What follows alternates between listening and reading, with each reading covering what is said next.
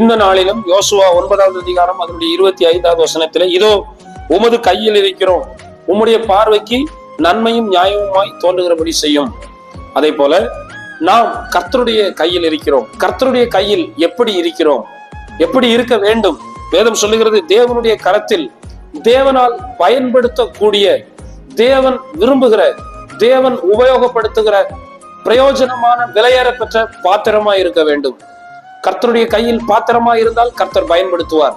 இரண்டாவது, கர்த்தருடைய கையில் ஆயுதமா இருந்தால், கர்த்தருடைய கரத்தில் ஆயுதமா இருக்கும்போது நம்மை கொண்டே கர்த்தர் சத்துருக்களை முறியடிக்க கர்த்தர் உதவி செய்வார். மூன்றாவது, கர்த்தருடைய கரத்தில் நம் ராஜமுடியாய் அலங்காரமான கிரீடமாய் இருந்தால் கர்த்தருடைய நாமத்தின் மூலமாய் கனம் உண்டாகும்.